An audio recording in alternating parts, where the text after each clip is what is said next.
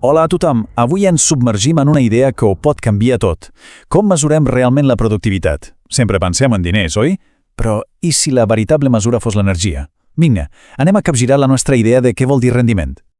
Doncs aquí la tenim, la gran pregunta. Aquesta és la clau de volta de tot el que parlarem avui. Perquè, de debò, la resposta que donem a això és que ho canvia tot. La manera com dissenyem els camps, les empreses, fins i tot l'economia. I aquí tenim el xoc de trens. D'una banda, el model econòmic. Ràpid, enfocat a treure el màxim d'un sol producte, tot el que no serveix per a aquest producte és un destor, una mala herba. És un model que crema energia per guanyar diners ràpid. I a l'altra banda, tenim el model de la natura, a llarg termini, centrat en la salut de tot el sistema. Aquí, cada peça té una funció, i l'energia es cuida, es recicla, són dues maneres de veure el món totalment oposades. Llavors, si el nostre model no funciona, on podem trobar-ne un de millor? Doncs la resposta és, mirant sistemes que fa milers d'anys que funcionen a la perfecció. Anem a veure que ens poden ensenyar els dissenys més antics i savis de la natura. Aquest és el concepte clau, un ecosistema madur. Pensem, per exemple, en un bosc vell. Ja no està creixent a tota velocitat com un de jove. Al contrari, gairebé tota l'energia que entra del sol es fa servir per mantenir l'equilibri, per cuidar-se a si mateix. I el resultat d'això? Potser no hi ha una producció massiva, però la qualitat, la diversitat i l'eficiència són increïbles. I fixem-nos en les característiques d'aquests sistemes. Són una passada. Gairebé no necessiten energia de fora per funcionar. Són superdiversos, i en aquesta diversitat cada element té una feina. No sobra res, absolutament res. El que produeixen, siguin fruits, animals o fusta, és d'una qualitat nutricional altíssima. I el més important, són estables. Aguanten sequeres, plagues, el que sigui. Molt bé, però què passa quan agafem un sistema així, madur i eficient, i el substituïm pel nostre model econòmic? Doncs el cas de les praderies de Nord-Amèrica és potser l'exemple més bèstia i més clar que hi ha. Aquesta taula és que fa mal i tot. Vam partir d'un sistema d'una riquesa que avui no ens podem ni imaginar. Milions de bisons, d'ants, de cérvols, que es movien, menjaven i fertilitzaven la terra de manera natural, i ho van canviar per un monocultiu d'herba per a una sola espècie, la vaca. En aquest nou sistema, de cop, tota la resta, els bisons, les plantes autòctones, els insectes, es van convertir en competidors, en enemics. Van passar de viure de l'energia gratis del sol a dependre de tractors i fertilitzants fets amb petroli. I el sol, que abans era un tresor de vida, ara es va empobrint any rere any. I aquí ve la dada com es resumeix tot. El sistema actual produeix una 50a part de la proteïna que es podia obtenir de manera sostenible del sistema original.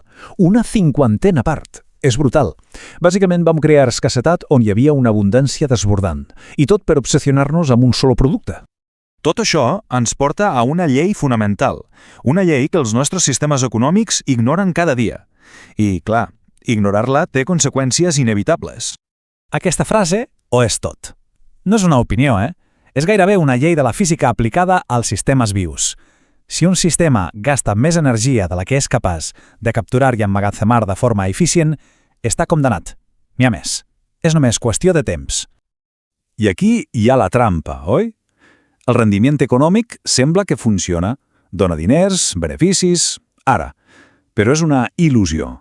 És un miratge que amaga un deute energètic cada cop més gran. És un joc de curt termini que, en l'escala de temps de la vida, és un tancar i obrir d'ulls just abans que tot s'ensorri. D'acord, però hi ha una altra manera de fer les coses? Per sort, sí, i consisteix a dissenyar sistemes que aprenguin de la natura, en lloc de lluitar-hi en contra. Sistemes que utilitzen el temps com el seu millor aliat. La natura juga amb el temps, opera en cicles llarguíssims. La caiguda d'un arbre centenari, un foc, una riuada, no són desastres, són esdeveniments de renovació que alliberen nutrients i obren pas a nova vida.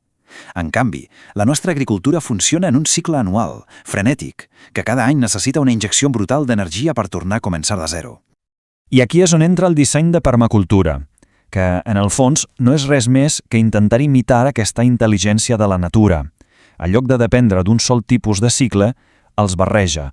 Combina la rapidesa de les hortalisses anuals amb l'estabilitat dels arbres fruiters perennes.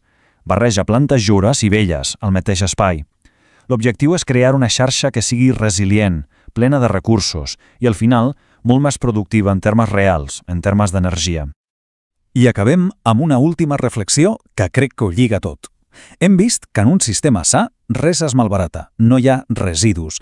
Cada element té un paper. La mort d'un animal no és un final, és l'inici de nova vida. Llavors, si en la natura no existeix el concepte de residu, com pot ser que el nostre sistema econòmic, tan obsessionat amb un sol producte, hagi creat una cosa tan antinatural com la idea de persones improductives o no desitjades?